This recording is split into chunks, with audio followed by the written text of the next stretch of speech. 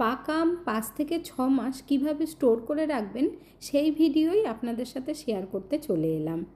আশা করছি পদ্ধতিটা আপনাদের কাছে ভীষণ ভালো লাগবে। অনেক সময় কি হয়, অনেকে বাইরে থাকে, আমের সিজনে বাড়িতে থাকে না, তো তারা খেতেও পারে না। নমস্কার বন্ধুরা, মিঠুস ওভেনে আপনাদের সবাইকে স্বাগত জানাই। আজ আমি আরও একটি নতুন ভিডিও নিয়ে চলে এসেছি আপনাদের সামনে। মাসের পর মাস স্টোর করে রাখার জন্য এখানে আমি 7 পিস হিমসাগর আম নিয়েছি। আমগুলো ওপর থেকে একটু কালো লাগছে, তবে আমগুলো কিন্তু একেবারেই ফ্রেশ। আর এই আমগুলোকে আমরা যখন স্টোর করব তার আগে একটা পরিষ্কার কাপড় দিয়ে ভালোভাবে মুছে নিতে হবে। আমের মধ্যে যদি বোটা থাকে তাহলে আরও ভালো হয়। আমি বোটা সমেত আমটা পাইনি, তার জন্য এই আম দিয়েই আপনাদেরকে দেখাচ্ছি। প্রত্যেকটা আমকে খুব ভালোভাবে পরিষ্কার করে নিতে হবে। আমের মধ্যে যেন একটুও ভেজা ভাব না থাকে সেটা অবশ্যই খেয়াল রাখবেন। বন্ধুরা, আজকের এই ভিডিওটা যদি আপনাদের একটু উপকারে আসে তাহলে আমার চ্যানেলটিকে অবশ্যই সাবস্ক্রাইব করবেন, পাশে থাকা বেল আইকনটি দাবিয়ে দেবেন, সবার সাথে শেয়ার করবেন, আরেকটা লাইক করতে ভুলবেন না কিন্তু। আমগুলো সব মুছে নেবার পর এই রকম পেপার নিয়ে নিতে হবে। আমগুলো যতটা বড় হবে সেই আন্দাজেই পেপারটা নেবেন। ওপর থেকে আরও একটা পেপার দিয়ে এর উপরে বেশ কিছুটা নুন দিয়ে দেব। নুনটা দিয়ে একটু ছড়িয়ে দেবেন। তারপর একটা আম নিয়ে আমের মধ্যে খুব ভালোভাবে নুনটাকে একটু লাগিয়ে দিতে হবে। হালকা হালকা একটুখানি যাতে আমের মধ্যে লাগে তাহলেই হবে। নুন দিলে আম অনেক দিন ভালো থাকে। দেখুন, এইভাবে নুনটাকে হালকা লাগিয়ে দেবেন।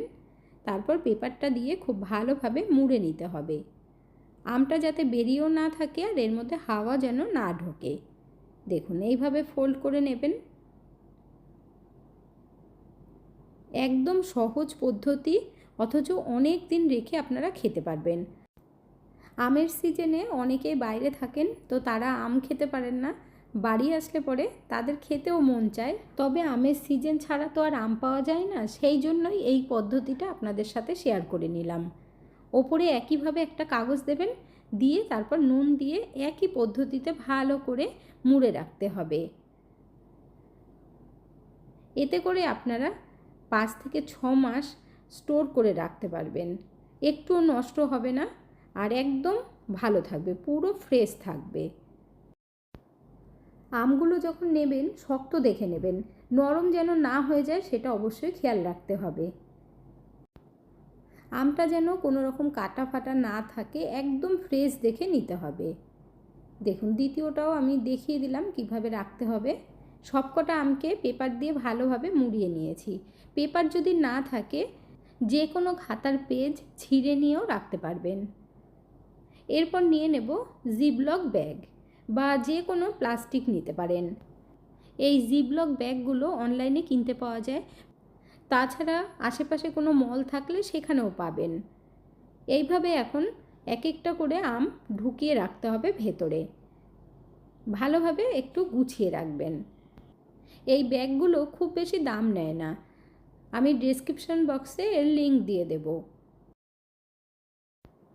সবকটা আম ব্যাগের মধ্যে রেখে ভালোভাবে আটকে দিতে হবে। এর মধ্যে যেন কোনো রকমভাবে হাওয়া না ঢুকে যায়, সেটাও খেয়াল রাখতে হবে। হাওয়া ঢুকে গেলে আমগুলো একদম নষ্ট হয়ে যাবে। এইভাবে আমরা ফ্রিজে রেখে দেব। আর যখন বার করবেন ফ্রিজের সামনে থেকেই ব্যাগটা খুলবেন, ফটাফট আম একটা হোক দুটো হোক বার করে নেবেন। বেশিক্ষণ কিন্তু বাইরে রাখবেন না, তাতেও নষ্ট হয়ে যাবে। এখানে দেখুন আমি ফ্রিজে রেখে দিচ্ছি। এরপর আরও একটা প্যাকেটে নিয়ে দেখিয়ে দিচ্ছি। দেখুন, এই রকম ছোট ছোট প্যাকেট নেবেন। এগুলো 1 টাকা 2 টাকা দাম হবে, খুব বেশি দাম হয় না। বড় আম হলে একটা রাখতে পারবেন, আর ছোট হলে দুটো করে প্যাকেটের মধ্যে রেখে দিতে পারবেন। তো আপনারা এরকম একটা দুটো করেও রাখতে পারেন বা একসাথে অনেকগুলো করেও রাখতে পারবেন। খুব ভালোভাবে আটকে দিতে হবে, একদম যেন টাইট থাকে, মানে এর মধ্যে কোনো রকম হাওয়া ঢুকতে পারবে না। এটাও আমি ফ্রিজে রেখে দেব। 10 দিন আগে আমি ফ্রিজে আম রেখেছিলাম, এবার একটা বের করে আপনাদেরকে দেখিয়ে দেব। আম বের করে নেবার পর আবার বন্ধ করে রেখে দেবেন, যতটা আপনাদের দরকার সেইভাবে বার করে নেবেন। এখন আপনাদেরকে আমি কেটে দেখাবো। পেপারের থেকে আমটাকে বার করে নেব, তারপর আমরা জলের মধ্যে দিয়ে দেব কিছুক্ষণের জন্য, যেহেতু ফ্রিজে ছিল একদম ঠান্ডা সেই কারণে। জলের মধ্যে দিয়ে আমটাকে একটু সময় 5 মিনিট মতো রেখে দেবেন। 5 মিনিট বাদে আপনাদেরকে দেখাচ্ছি। 5 মিনিট হয়ে গেছে। এখন আমটাকে ভালো করে একটু ধুয়ে নিয়ে তারপর একটা কাপড় দিয়ে মুছে নেব, তারপর কেটে দেখাবো আপনাদেরকে। আপনারা কে কোথা থেকে ভিডিওটি দেখছেন অবশ্যই কমেন্ট করে জানাবেন, তাহলে আমিও বুঝতে পারবো আমার বন্ধুরা কোথা থেকে দেখছেন। আপনারা সকলে এত সুন্দর সুন্দর কমেন্ট করেন, আপনাদের কমেন্টগুলো পড়তে আমার ভীষণ ভালো লাগে। এইভাবে পাশে থেকে সাপোর্ট করার জন্য অসংখ্য ধন্যবাদ। এখানে দেখুন আমটাকে পিস করে নিয়েছি, আর কত সুন্দর দেখুন। তো আপনারা এইভাবে স্টোর করে রাখবেন, যখন মন চাইবে তখন খেতে পারবেন। অফ সিজনেও আপনারা আমের মজা নিতে পারবেন।